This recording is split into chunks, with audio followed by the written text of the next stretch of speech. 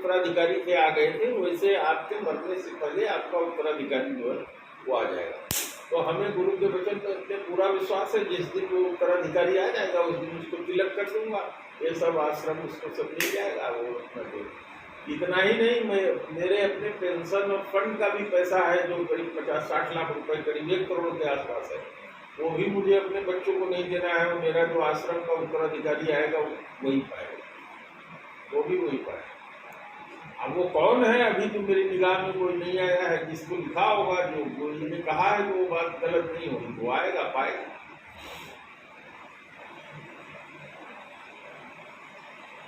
भाई दो ही गति होनी है, मौत तो आनी है, पक्का है। मुक्ति हमें चाहिए नहीं, मुक्ति को तो मैं लात से मारता हूँ, 5 तरह की मुक्तियों को। मैं पुनर्जन्म ही चाहता हूँ, भगवान की भक्ति चाहता हूँ। मुक्ति मतलब दोबारा वापस आना पड़ता है, 5 तरह की मुक्तियाँ होती हैं।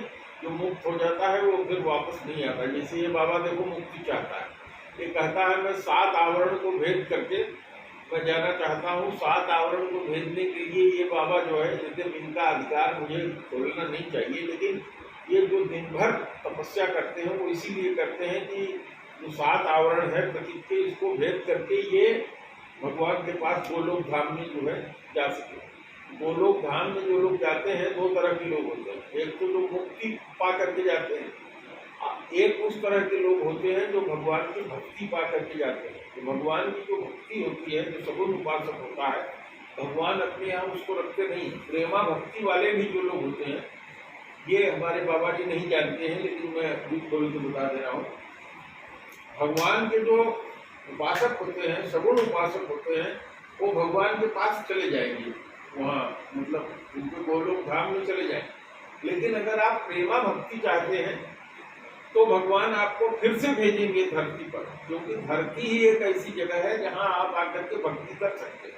ये भक्ति आप गोलोक में नहीं कर सकते, ये भक्ति आप वैकुंठ लोक में नहीं कर सकते, ये भक्ति आप स्वर्ग लोक में नहीं कर सकते। अब मैं बाबा जी सुन रहे हैं, मैं कह रहा हूँ अपना जितना ग्रंथ हो निकाल करके देख लें, गोलोक में कहीं लिखा है? कहीं नहीं है। जितने भी संतों ने लिखा है, भागवत में भी कहीं ये नहीं लिखा है कि गोलोक में आप जाएंगे और वहां आपको भगवान की भक्ति मिलेगी। नहीं, भगवान की भक्ति करने के लिए भगवान फिर आपको इसी धरती पर ही भेजेंगे। भक्त रहेंगे आप भगवान के, प्रेम भक्ति आपको मिल जाएगी, इसी जन्म में मिल जाएगी।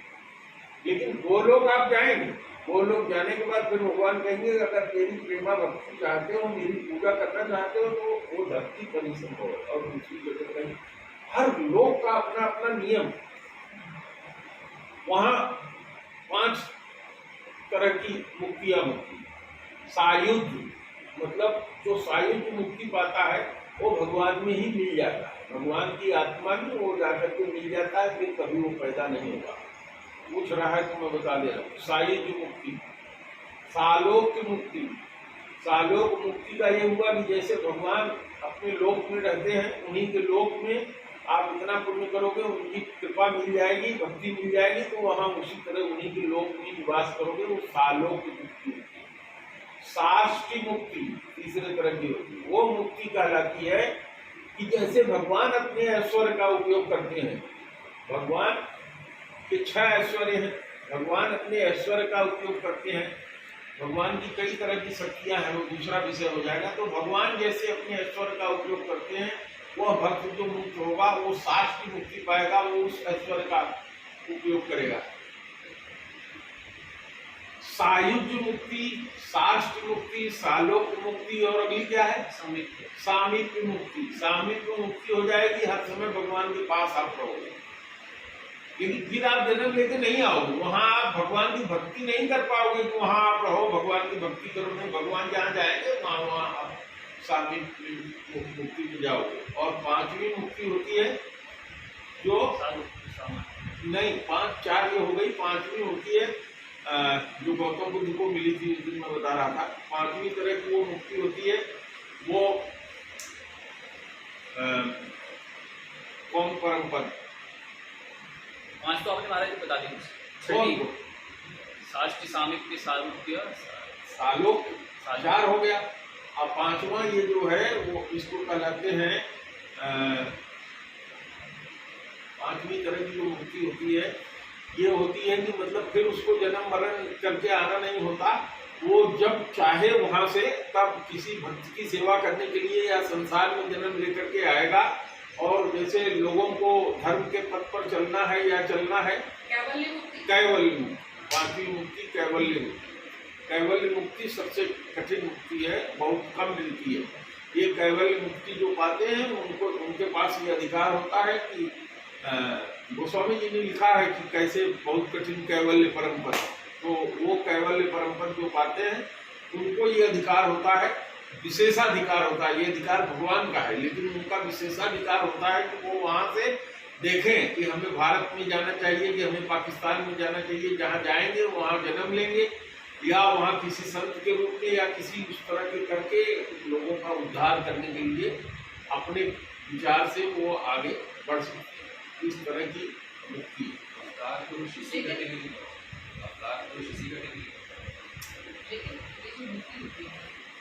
ये मुक्ति पाने के बाद आदमी फिर यहाँ आ नहीं सकता, एक तरह से जेल में बंद हो जाएगा। मुक्ति का भी ड्यूरेशन होता है? नहीं, ड्यूरेशन नहीं होता। 2 सालों को मुक्ति पा जाता है, हमेशा के लिए पा जाता है, ड्यूरेशन नहीं होता।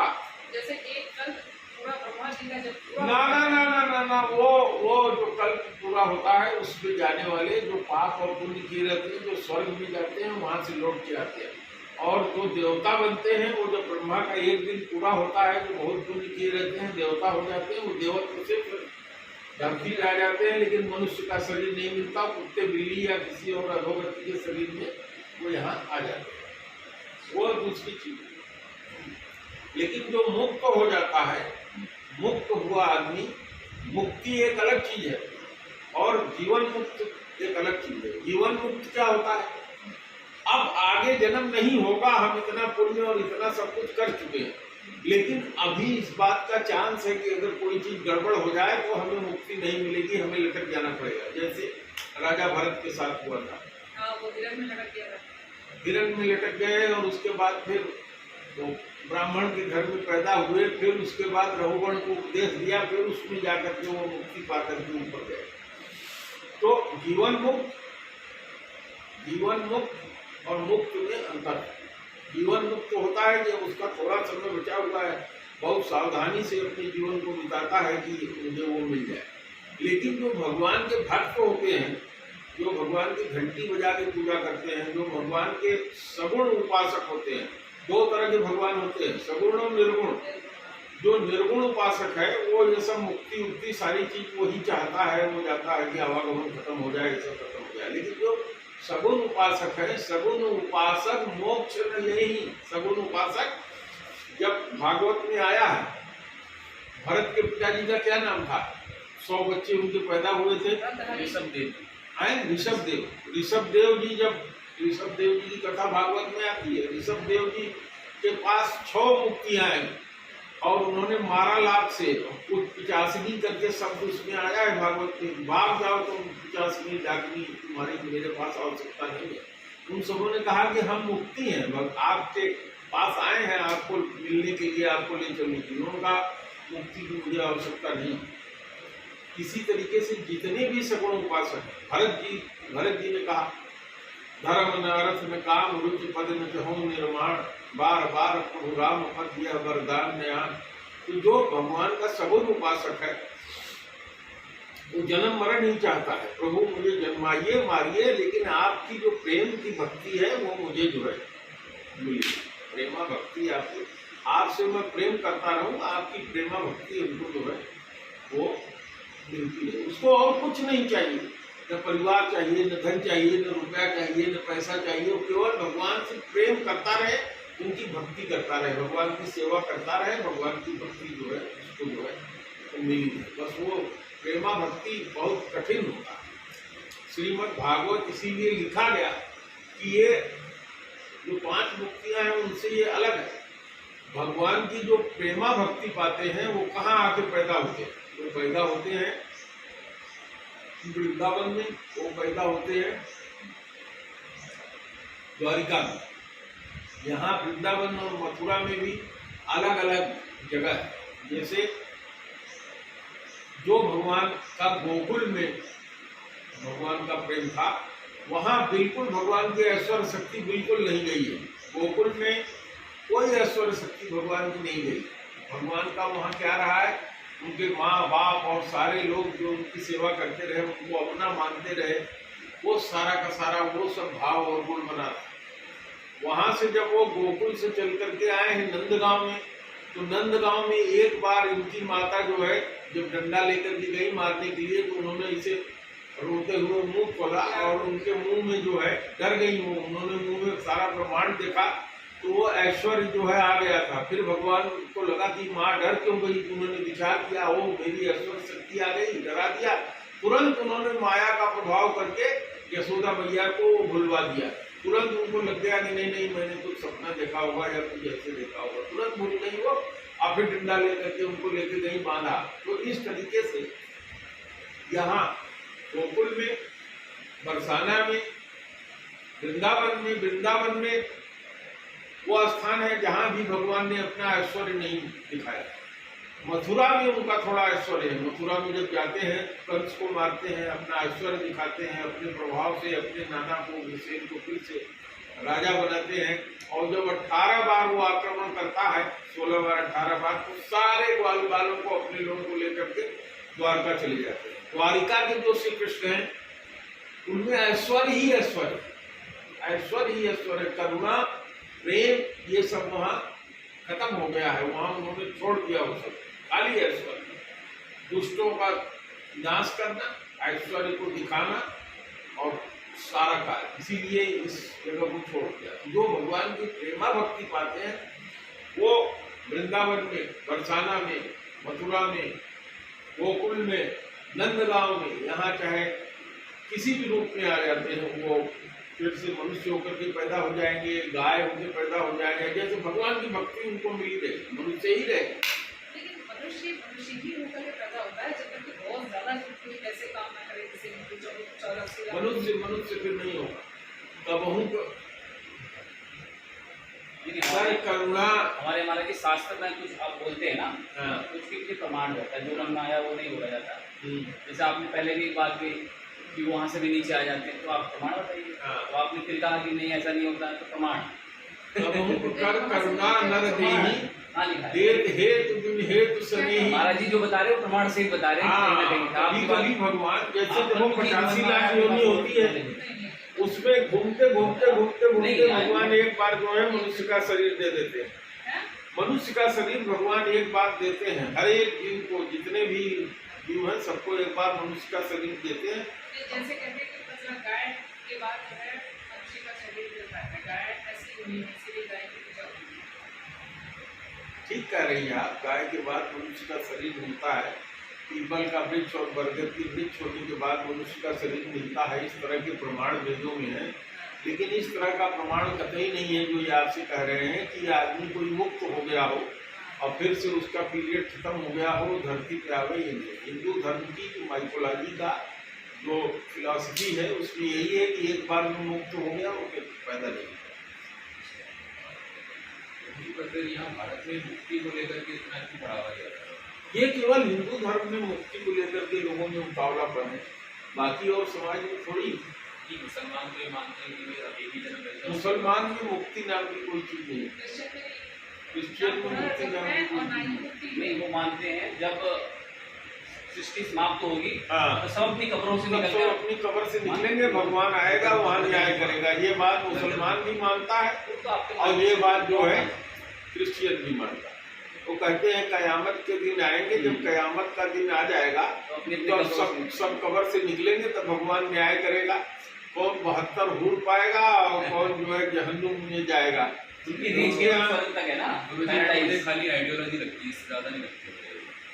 हाँ सही है, क्योंकि सबका अपना अपना स्तर है। तो आइडियोलॉजी जब आप if you will feel that way then you will get. Sanatan मुझे लगता है can not get Sanatan factual लगता है, सनातन प्रमाण, क्योंकि इसमें पैदा हुए इसलिए फैक्चुअल लग रहा है। मुसलमान होते तो आपको लगता कि हमारा धर्म फैक्चुअल है, बचपन से उसमें रहते तो वही इस काम में जैसे मैंने पढ़ा है वो बताते हैं कि धरती चपटी है। ये गलत थोड़ा है, बोल भी नहीं है। नहीं, तो आज से हमने स्पेस से जाके देखा कि वो तो थोड़ा सा स्फीयर और थोड़ा एलिप्टिकल शेप में है धरती, जो हमने स्पेस से जाकर के देखा है रॉकेट वगैरह। अरे तो भाई जब किसी ने सबसे पहली बार बताया कि धरती चपटी है, उसने हिम्मत तो किया, उसको लोगों ने मार डाला। कोपरनिकस नाम का वैज्ञानिक था, जब उसने कहा कि धरती चपटी है तो उसको लोगों ने इतना वो किया कि मतलब वो जिंदा नहीं रहा, उसको लोगों ने झापड़ मार मार करके मार दिया कोपरनिकस को। कोपरनिकस की मृत्यु इसी तरह से हुई। तो सबसे पहले उसने हिम्मत तो किया कहने की, तो धीरे धीरे फैक्ट्स निकल करके आया। आज भी सत्य और यथार्थ सत्य में अंतर है। अब हम अगर आपसे कहें कि दिन रात होते हैं तो आप कहेंगे हाँ गुरु जी होते हैं, सत्य है। लेकिन हम आपसे कहेंगे ये यथार्थ सत्य है तो आप मानने को तैयार नहीं होंगे। ये सत्य नहीं है, ये यथार्थ सत्य है, सत्य नहीं है। सत्य क्या है? सत्य ये है कि सूर्य एक जगह स्थिर है, धरती घूमती है। धरती की दो गति होती है, एक तो सूर्य के तारों तरफ चक्कर लगाती है, दूसरी अपने अक्ष पर ऐसे गोला गोला घूमती है। तो धरती का वह सिरा जो सूर्य के सामने होता है वहाँ दिन होता है। अब कैसे चलता है? वो राइट घूमती है धरती, दक्षिणावर्त घूमती है, मैंने दक्षिण से ऐसे आकर के उत्तर से ऐसे घूमती है। तो देखो सबसे पहले सवेरा कहाँ होता है? ऑस्ट्रेलिया में होता है, उसके बाद जापान में होता है, फिर चीन में होता है, मलेशिया में होता है, इंडोनेशिया में होता है, बर्मा में होता है, फिर इंडिया में आता है। तो हमारे यहाँ मैंने चीन में ही 5 घंटे समय पीछे, हमारे यहाँ आते आते और पश्चिम में जब जाइए तो अमेरिका पहुँचते पहुँचते 24 घंटे का डिफरेंस हो जाता है, 24 घंटा। और इंग्लैंड पहुँचते पहुँचते 12 घंटे का, कहीं 5 घंटे का ग्रीनविच मीन टाइम। तो कहने का मतलब ये हुआ कि जैसे धरती गई, सबसे पहले ऑस्ट्रेलिया का पोर्शन आगे गया, वहाँ दिन हो गया। उसके बाद आगे आकर के आपका आया जापान का पोर्शन, अब वहाँ सवेरा हुआ। तो सबसे पहले रात ऑस्ट्रेलिया में होगी, जैसे जैसे सबके यहाँ सवेरा हुआ वैसे वैसे रात होगी। तो अब आपको समझ में आ गया, सत्य तो ये है, लेकिन यथार्थ सत्य क्या है? रोज सुबह होती है, रोज शाम होती है, ये यथार्थ सत्य है। उसी तरह से सत्य भी जो है उसका 2 रूप है, सत्य और यथार्थ सत्य। बहरहाल ये सब डिस्कशन की और उसकी मतलब बात है। बहुत ज्यादा संकुचित है, संकुचित पूरे बहुत सारी बातें उसने छुपा रखी है। धर्म का मतलब होता है जो चीज धारण किया जाए वो धर्म, जो चीज धारण किया जाए वो धर्म। अब जैसे मुस्लिम धर्म में लोग पुनर्जन्म को नहीं मानते, हाँ नहीं मानते। तो एक बार ऐसी बहस हो गई थी, क्योंकि मैंने कुरान भी पढ़ी है, तो पुनर्जन्म को पढ़ी मैंने भी है। हाँ, तो मैंने कहा आप ये बताइए, वहाँ पे मोहम्मद साहब ने एक जगह बोला है, जब वो जाने वाले थे तो उनके शिष्य ने उनसे पूछा और अगले अवतार के बारे में उन्होंने बताया कहने को 1400 साल बाद। तो उनके शिष्यों ने उनसे पूछा था बताइए हम कैसे पहचानेंगे उनको? इमाम मेहदी हसन उन्होंने बताया था इस तरह से करके आएंगे। बोले हम कैसे पहचानेंगे? तो उन्होंने कहा ये तरह से बाल हमके, मतलब वो खुद जो है अपने कहेंगे बाल हमके, कद काटी ये होगा, फेयर कॉम्प्लेक्शन होगा। तो मैंने कहा ये बताइए जब आपके यहाँ मोहम्मद साहब बोल रहे हैं तो आप कैसे नहीं मानते पुनर्जन्म के बाद? ये पुनर्जन्म की तो वो बात बता रहे हैं कि 1400 साल बाद जो है मैं पैदा होऊंगा तो मैं ऐसे ही दिखूंगा इस तरह से। तो मतलब बहुत सारी बातें हैं जो छुपा भी रखी है और ना वो बोल देंगे उनका अवतारी पुरुष है। बहरहाल खाना बनाइए, 12 बजे मुझे भोजन